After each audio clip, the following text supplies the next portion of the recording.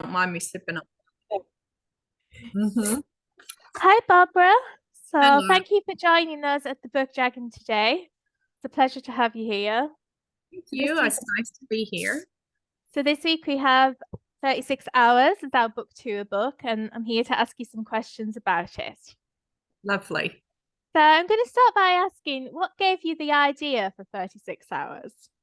Actually, my daughter gave me the idea. She likes crime and crime fiction, crime novels, crime movies, and everything. And she says she just had this idea of a stalker type individual who tests the police and gives them 36 hours to solve a crime and asked me what I could do with it.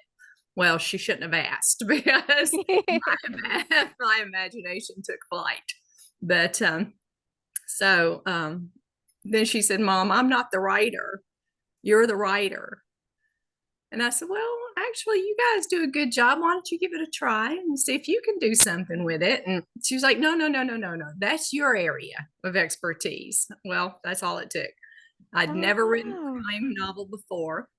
Um, I'd always written romantic suspense, but I love crime also. So we kind of could have that in common, but I'd never thought to actually write in that genre. Um, so I don't know. So it was a challenge. I just took it as a challenge and then um,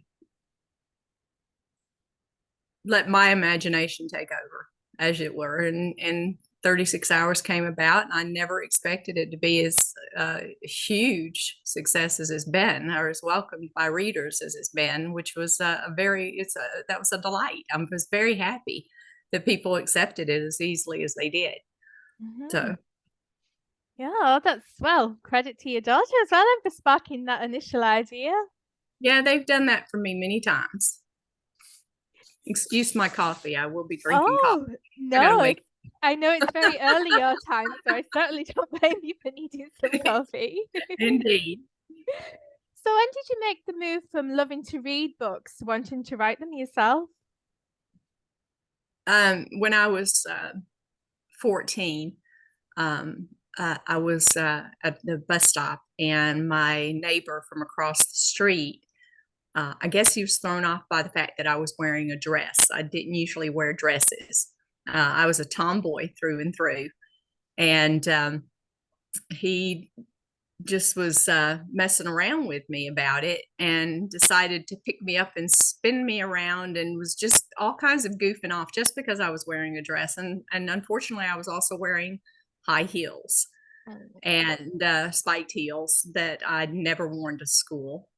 And when he put me down, I was very dizzy, and my heel hit a rock, and it just literally snapped my knee and Ouch. shattered it. And that was the last day of school, and I was laid up for the entire summer, recuperating from that knee surgery that I had to undergo at the age of 14. I was a runner prior to that, and that kind of put an Mm. end to it. And my mother decided that she wanted to bring me something to keep me entertained because we didn't have televisions in our room. Mama wouldn't allow it. Mhm. So she brought me Harlequin romance novels. And my dad, he's a long distance trucker, he was. And he came in one afternoon after he got home and to check on me, saw all those Harlequin romance novels strewn across my blankets, and just turned and walked out of the room. He didn't say, hi, how are you? Nothing. He just saw all those books, turned around and walked out. And I was just like, Dad, where are you going? Well, he came back a few minutes later, and he tossed a book on my lap. And he said, you need to broaden your reading horizons. He gave me a kiss and walked back out. And that book was Iceberg by Clive Cussler. That was the day that I fell in love with the written word. And Clive Cussler became one of my favorite writers. And Dirk Pitt became my ideal hero. And when I was a little bit older, I'd never been a reader to that point, but I read voraciously after that, just wanted to read everything. Mhm. And I decided few years later that I wanted to do the same thing. I wanted to entertain people, and take them away from the real world. And I did. Thank you for sharing that. That's a lovely story. I mean, it's unfortunate that you got hurt in the process, but they say when one door closes, another opens. So I had dreamed about becoming a runner or a singer on Broadway. Mhm. My families were singers, and I thought that that would be my path. And having my knee broken literally changed the path of my life. Mhm. Yeah. So you write a variety of books across different genres, and I was just wondering if there's any that come the most naturally to you. No, writing is really difficult. It's not easy because Mhm. you can't just put words down on a piece of paper and call it a novel. It takes dedication because you have to write and rewrite, and you have to fill in gaps, and you have to close those plot holes, and you have to make sure your characters mesh. There's so much involved in writing, and it doesn't matter what I'm writing or which genre I'm writing in. um, I write what I'm feeling at the time, and if I'm feeling particularly feisty, I may pull up one of the romantic suspenses that I've been working on, the ideas. If I'm feeling like, killing somebody, I'll pull up one of the crime novels I'm writing with. um, if I can't put myself in my character's shoes, though, it doesn't matter what I'm writing, then those characters are not going to come to life for my readers. Mhm. Um, so there's not any particular genre that's easily written for me at all. It Yeah. just depends on how I'm feeling, what I want to write at the time, and I have dozens and dozens of ideas that come to me in dreams. That's where I get most of my ideas, Oh, either from wow. or from my dreams. But again, if it sometimes just remains an idea for the longest time because nothing sparks from that initial thought. So, Oh, it's that's not easy. wonderful that you got them in your dreams. I know famously, James Cameron got the idea for Terminator in a dream. Mhm. So you're in good My very company. first book, in fact, Dreamer of Destiny, was a dream that I had, and it played out in my head as the book Oh, wow. did. Over a series of nights, I dreamed that entire book, and I got up as fast as I could before it vanished. And I'm lucky I type really fast because I just sat down and started typing that book as fast as I could remember the dream. And other Oh, than, it took 2 years after that to fill in everything, to correct all the mistakes, to fill in the plot holes, you know, but the initial idea was written in a night from wow. one dream. So That's yeah, amazing. it's those are my favorite. The ones that That, tend to make themselves the initial right, those are my favorite. yeah, that sounds an amazing experience. So you obviously get inspiration from your dreams. I was just wondering if any of your books were based on experiences you've had, in your waking hours. Oh yeah, yeah. All of Mhm. my books, even my dreams tend to have elements of reality. Mhm. Most do. Most people, well, I shouldn't say that because some can they can be really out there. But my dreams tend to have some basis for reality, and so whenever I write something, um, you will find elements of something that's actually happened to me in those books, or you'll find the way I talk in those books, the way I communicate with people, my dialogue, um, experiences that I've had, everything. There are bits and pieces of me in every book.